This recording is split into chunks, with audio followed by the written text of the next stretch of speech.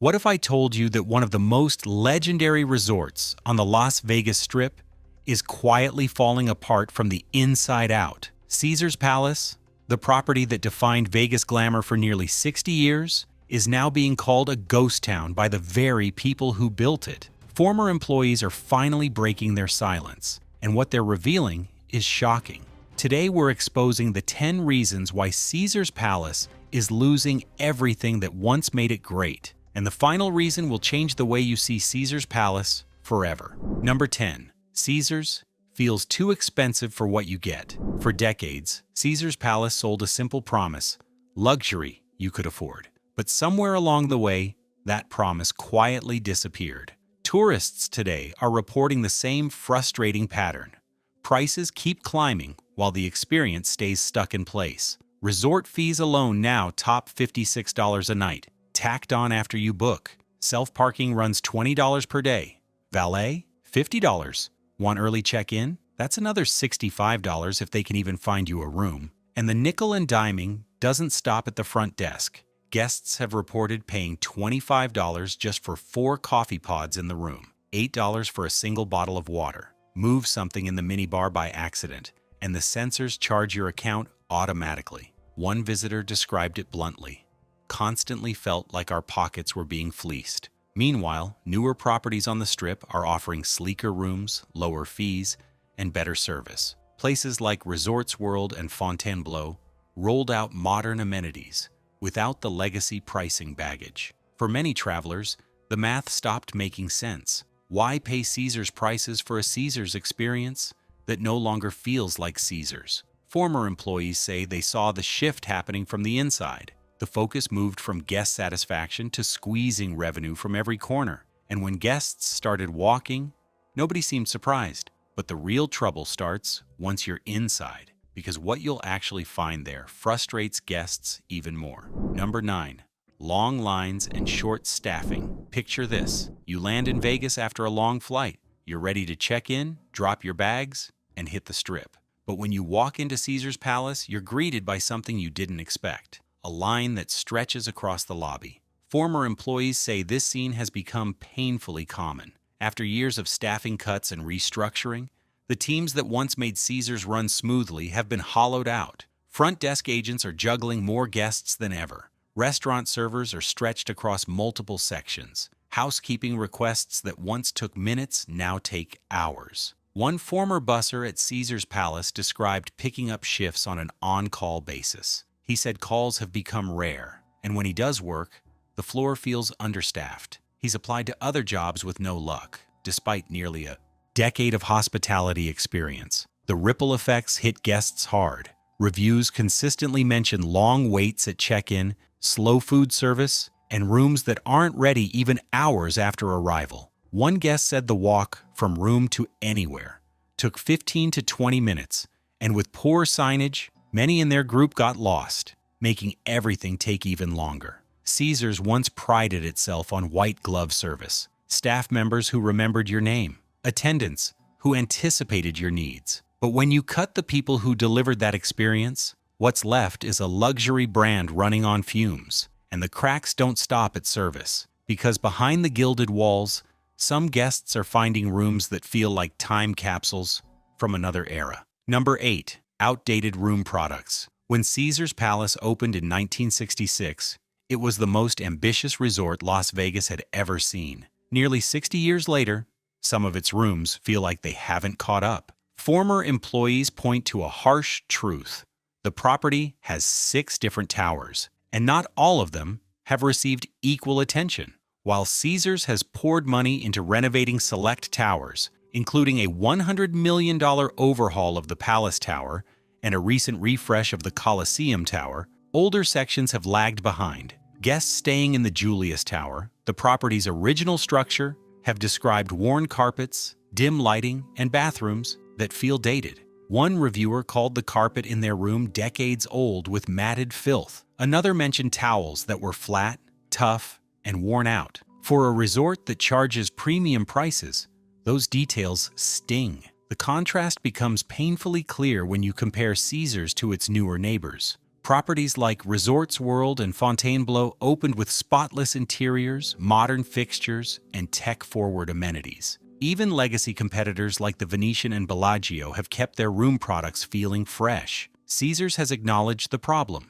Company executives have publicly discussed ongoing capital projects and claim 90% of the room inventory has been updated in recent years. But for guests who land in the remaining 10%, the experience feels like a bait and switch. And once trust evaporates, everything else starts to feel worse, including something guests complain about constantly: the layout. Number 7. Confusing resort layout. Getting lost at Caesars Palace isn't a bug, it's practically a feature. The property spans 85 acres, includes 6 hotel towers, 7 pools, endless restaurants, and a casino floor that seems to stretch into infinity. For first-time visitors, navigating the palace can feel like wandering through a Roman labyrinth with no exit in sight. Former employees say guest complaints about the layout were constant. People missed dinner reservations because they couldn't find the restaurant. Guests arrived late to shows at the Colosseum after getting turned around near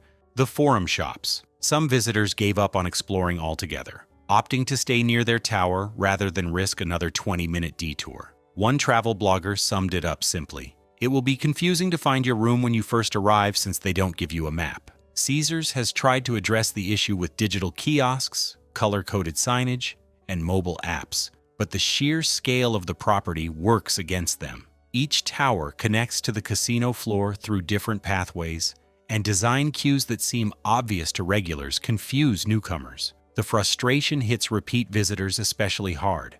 Loyalty depends on comfort, and comfort depends on ease. When guests dread the walk from their room to the pool, or avoid restaurants because they can't remember how to get there, they start looking at smaller, simpler properties next door. And once frustration sets in, guests start noticing everything, especially the one thing Caesars used to dominate: dining. Number 6. Dining quality. Dropped Caesars Palace once defined Vegas dining.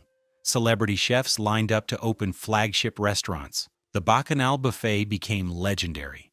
For decades, eating at Caesars meant eating well, but insiders say that reputation has quietly eroded. Former employees described kitchens under pressure. Portion sizes shrank.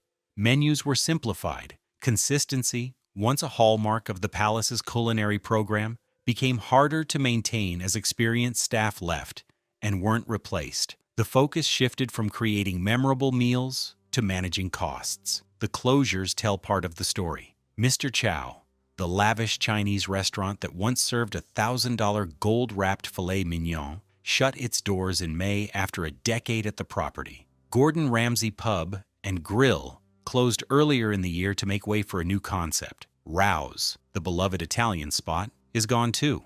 Guests have noticed. Reviews mention food that doesn't match the price tag, service that feels rushed, and dining rooms that lack the energy they once had. One visitor described restaurant pricing as outrageous, noting that 3 bagels and 3 cups of coffee cost over $50. The Bacchanal Buffet remains open, and Caesars has publicly denied rumors of its closure. But even the buffet has faced criticism for reduced hours and prices that now top $70 per person during peak times. And when the indulgence disappears, guests start paying closer attention to something they can't ignore. Number 5. High fees turning off visitors. We touched on pricing earlier, but it's worth going deeper, because the fees at Caesars Palace aren't just high, they're relentless. Start with the resort fee. At over $56 per night, it's among the steepest on the Strip. That charge gets added after you book, meaning your $200 room suddenly costs $260 before you've stepped foot inside. Then comes parking. Self-park runs $20 to $25 a day. Valet? Up to $50. Want your room before 3 o'clock? That's another $65 for early check-in, if they even have availability. The nickel and diming continues inside. Guests report paying $25 for a 4-pack of coffee pods, $8 for a single bottle of water. Open the minibar fridge by accident, and sensors charge your card automatically. One visitor described the experience bluntly: "We did not feel welcome, constantly felt like our pockets were being fleeced." Meanwhile, competitors are offering relief. Resorts World waived resort fees entirely for summer 2025. Fontainebleau is luring guests with dining credits and spa perks through status matches. The contrast is impossible to ignore. Caesars defenders argue the fees reflect premium amenities, but when guests feel squeezed at every turn, the premium label starts to feel hollow. The palace still looks like a palace, but for many visitors, it no longer feels like one. And when your wallet is already bruised, you start noticing what else has gone missing, like the big shows that used to make Caesars a must-visit destination. Number 4. Weak entertainment lineup. Caesars Palace built its legend on spectacle. The Colosseum became home to Celine Dion's groundbreaking residency.